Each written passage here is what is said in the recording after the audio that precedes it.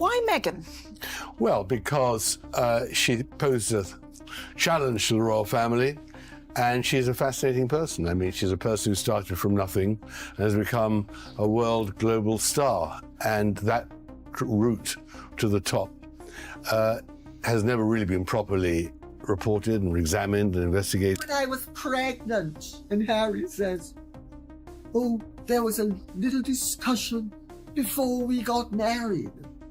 Well, something's wrong right there, but anyway. They may have believed they were pushing back strongly against critics, but some commentators now argue that any potential legal escalation could have wider consequences than expected. In recent discussions across royal watching circles and media commentary, speculation has grown about what might happen if Prince Harry or Meghan Markle were to pursue legal action against figures such as author Tom Bower or royal commentator Lady Colin Campbell. Please subscribe. It cost you nothing, but it's really so much to me. Observers note that both individuals have long histories writing about the royal family. But Radar Online, in fairness, they do quote you and say royal author Lady Colin Campbell recently challenged the conspiracy of silence and misinformation surrounding both Tom and other public figures, often relying on interviews, research, and insider perspectives. Because of that reputation, some analysts believe a courtroom battle, should one ever occur, could attract significant public attention and intense scrutiny. Is it possible the ghostwriter dislikes Harry? I know people who know him. I've heard interesting things about him. I know he's, as I have said previously, very into the 12-step program and the whole druggy alky business. It is not the job of a ghostwriter to do anything but put the thoughts of the incompetent who requires a ghostwriter. In legal terms, utter defamation cases can open the door to a process known as discovery, where each side may request documents, timelines, and communications relevant to the claims being disputed. Legal experts often point out that this stage can become highly complex, particularly when the dispute involves high-profile public figures whose personal lives have already been widely debated in the media. Intended to go to the Portland hospital. She intended to have the baby at home. We know that they deceived the public about the birth date and time of the whole event. So, and also, you know, even it goes down to the lawyer saying that in that statement, when they have that long attack on the Mail, which is astonishing, that Meghan, we know she lied in her statement. However, there has been no confirmed announcement of any new lawsuit connected to these specific commentators. What we're really now seeing is that both of them, having posed as the victim for so long, are really the aggressors. Much of the current discussion remains speculative, driven by commentary, online debate, and interpretations of past legal disputes involving the Sussexes. Some royal watchers also reference ongoing or previous legal tensions involving members of Meghan's family. Bower, where he doesn't go there.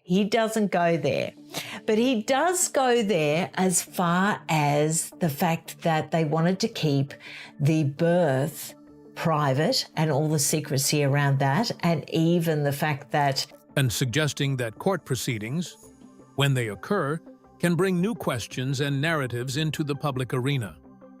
Others caution that legal processes are governed by strict evidentiary standards, meaning rumors or unverified claims do not automatically become accepted facts simply because they are discussed publicly.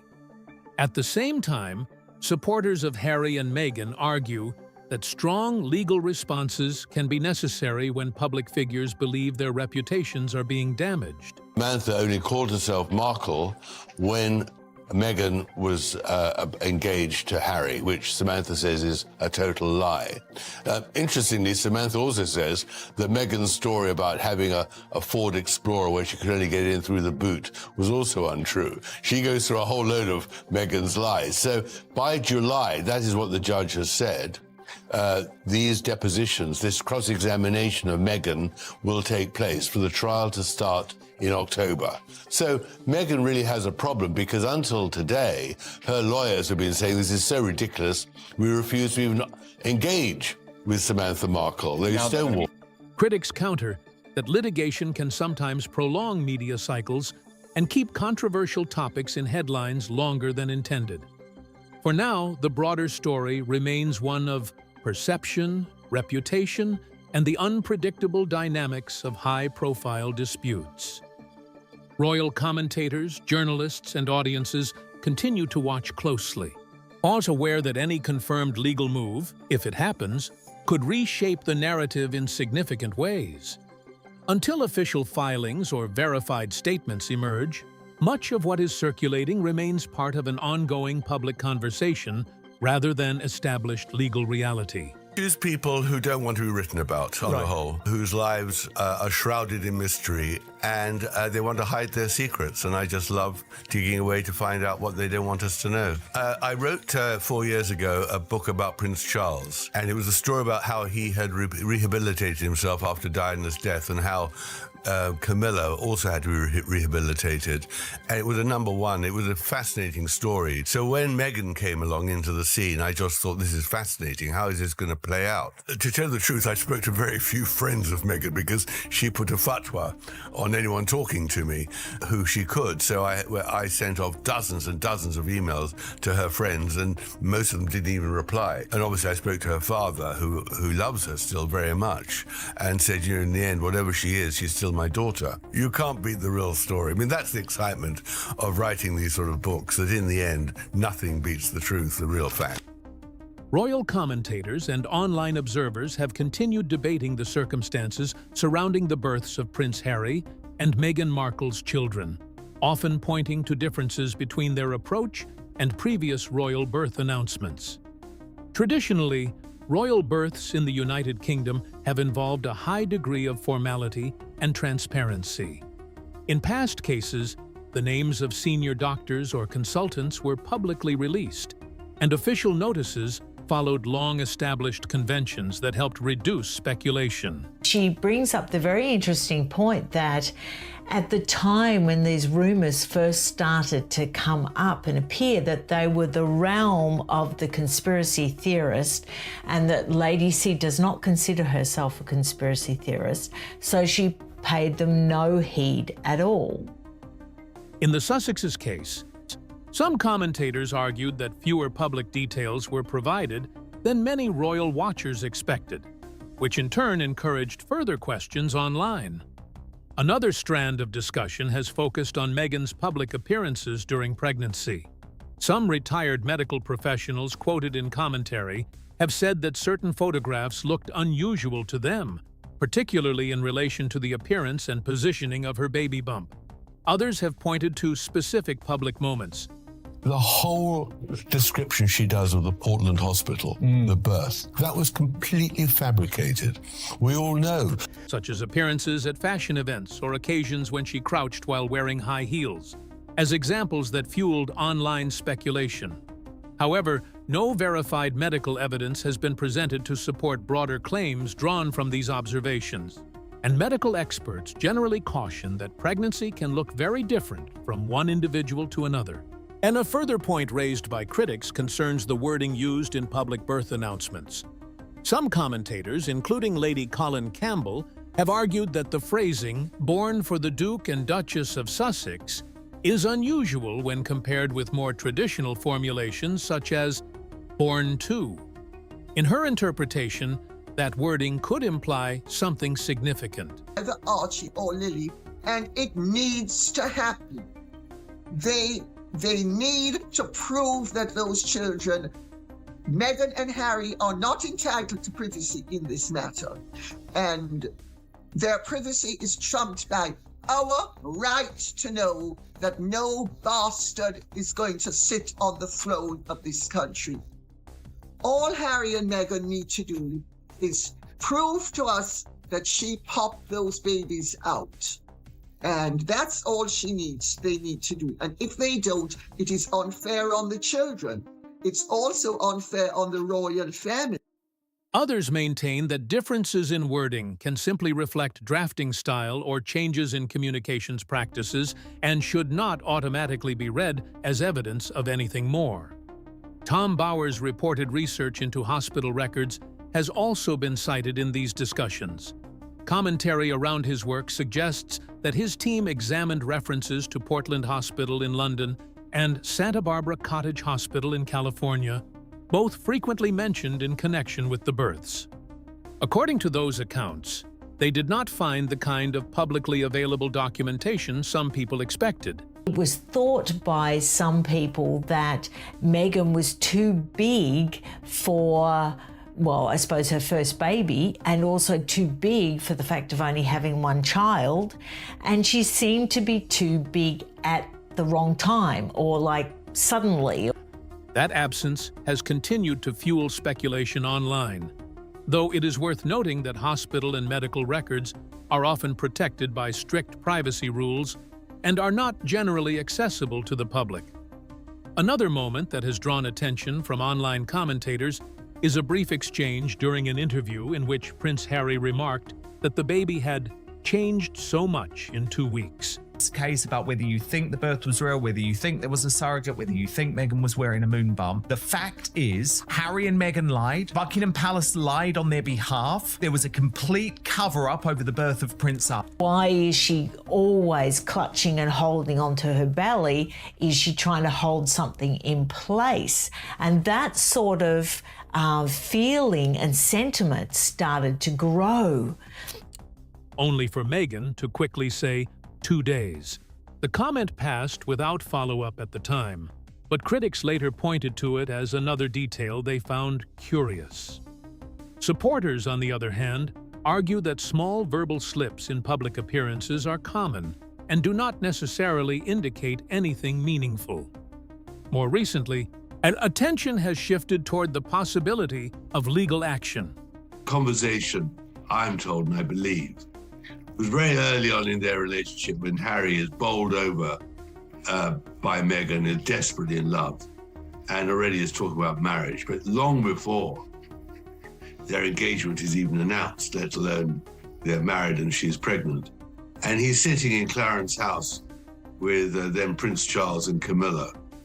And Camilla just laughingly says, well, any child you'll have will probably have brown skin and ginger hair, and already is talking about marriage. But long before their engagement is even announced, let alone they're married and she's pregnant. And he's sitting in Clarence's house with then Prince Charles and Camilla. And Camilla just laughingly says, well, any child you'll have will probably have brown skin and ginger hair. And they all laugh, including Harry. I mean, it's not because of racism, it's just one of those things everybody imagines. When somebody is pregnant close to you, you wonder what the child will look like. But it was not said as anything other than like a concern. That's what Meghan claimed, that it was a concern about how dark the baby would be. Reports in commentary circles suggest that Harry's advisors have considered responding strongly to claims made by figures such as Lady Colin Campbell and Tom Bower. Both commentators, however, have publicly indicated that they stand by their positions. Lady Colin Campbell's response, in particular, has been framed by supporters as notably direct, with some interpreting it as a sign of confidence in what she believes she could defend if challenged legally. Legal analysts note that if a defamation case were ever filed, it could become highly complex. In such cases, the burden would typically fall on the claimant to show that disputed statements were false and harmful. He has more power than the courts and the king. That's what he's trying to do. He's getting the government to undermine the legal system and the institution of the monarchy. It couldn't be simpler. Harry has security when he comes to this country. It's assessed on a case-by-case basis. If he stays in a palace, and he's offered to stay in palaces and refuses to do so because he's trying to manipulate. That process can involve detailed examination of timelines, records, correspondence, and other evidence. For that reason, Commentators often point out that legal battles of this kind can sometimes expand public attention rather than shut it down. Tom, do you think Harry and Meghan are fast learning what they signed away when they took this Netflix big moolah? And I would say they signed away their credibility and their dignity. Well, that's our view, but it's not theirs. They need the money, and they need it now more than ever because they've got no other source of income. So I think they're just stuck with the devil now. They're tied to Netflix, they're tied to their book, and all the criticism they're going to take means nothing because that's the only way they can earn their money. He does it because he needs a profile. That's the only way they can get money, by showing the profile. And for Netflix, everything is built around the future documentary series to promote the Sussex. For now, the broader debate remains driven largely by interpretation, commentary, and online speculation rather than official findings. There has been no confirmed legal ruling, investigative conclusion, or public disclosure establishing the more serious theories circulating in some corners of the media. As a result, the issue continues to sit in a gray area, one shaped by public curiosity, competing narratives, and the ongoing fascination surrounding the Sussexes' private lives. He's not very intelligent and undoubtedly remains damaged by the early death of his mother, Diana. And he very foolishly blames the media for her, in his words, which is complete nonsense. But I think he loved the adulation. He loved it when he was being praised, especially when he was a soldier. But then he became criticized, firstly because he became drunk in public.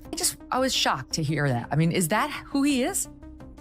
Well, I think Harry is a very complicated person because he's not very intelligent and undoubtedly remains damaged by the early death of his mother, Diana.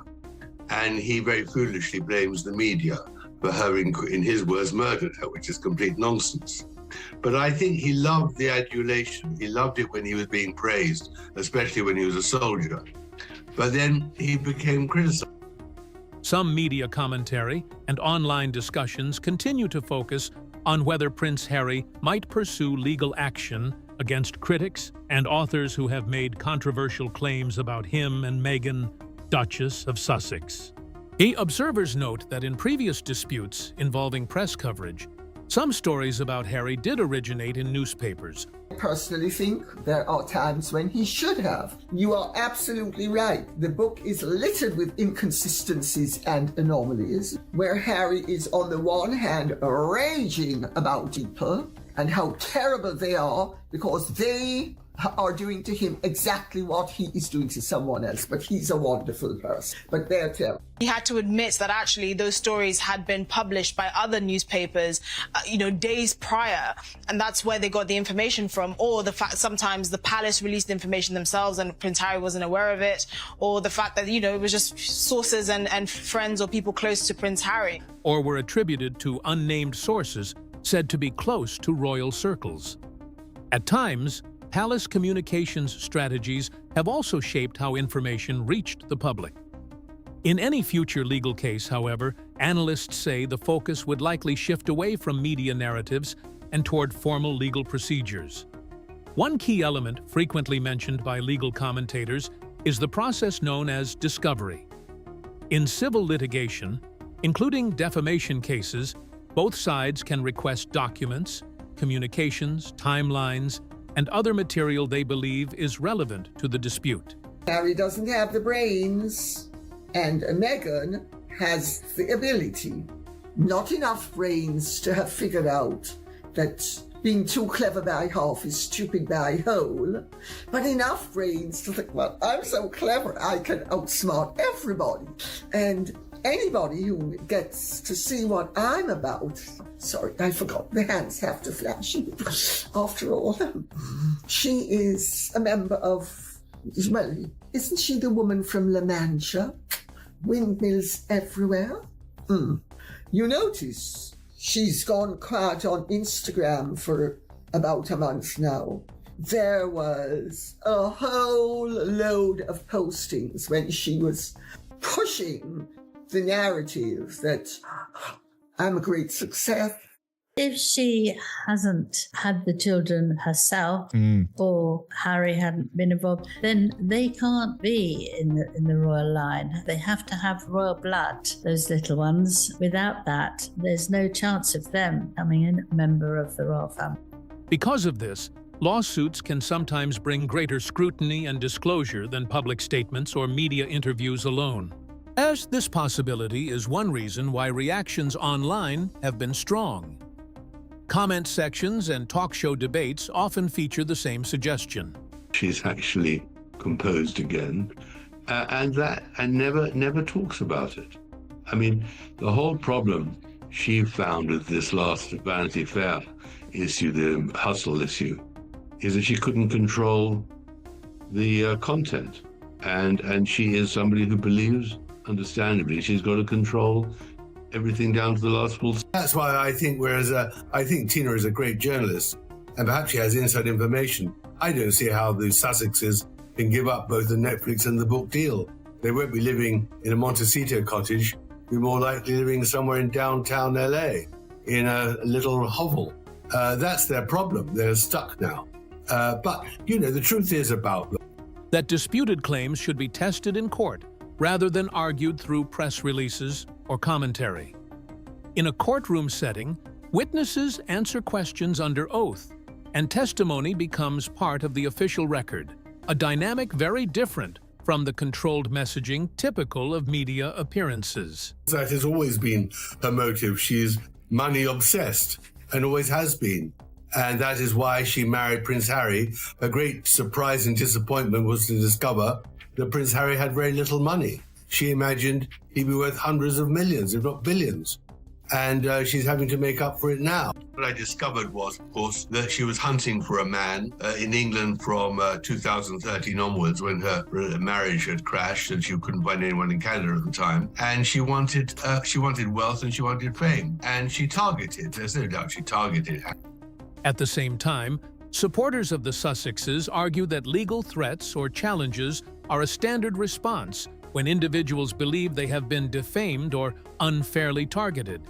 Critics counter that pursuing litigation can also prolong controversies or give additional attention to disputed claims.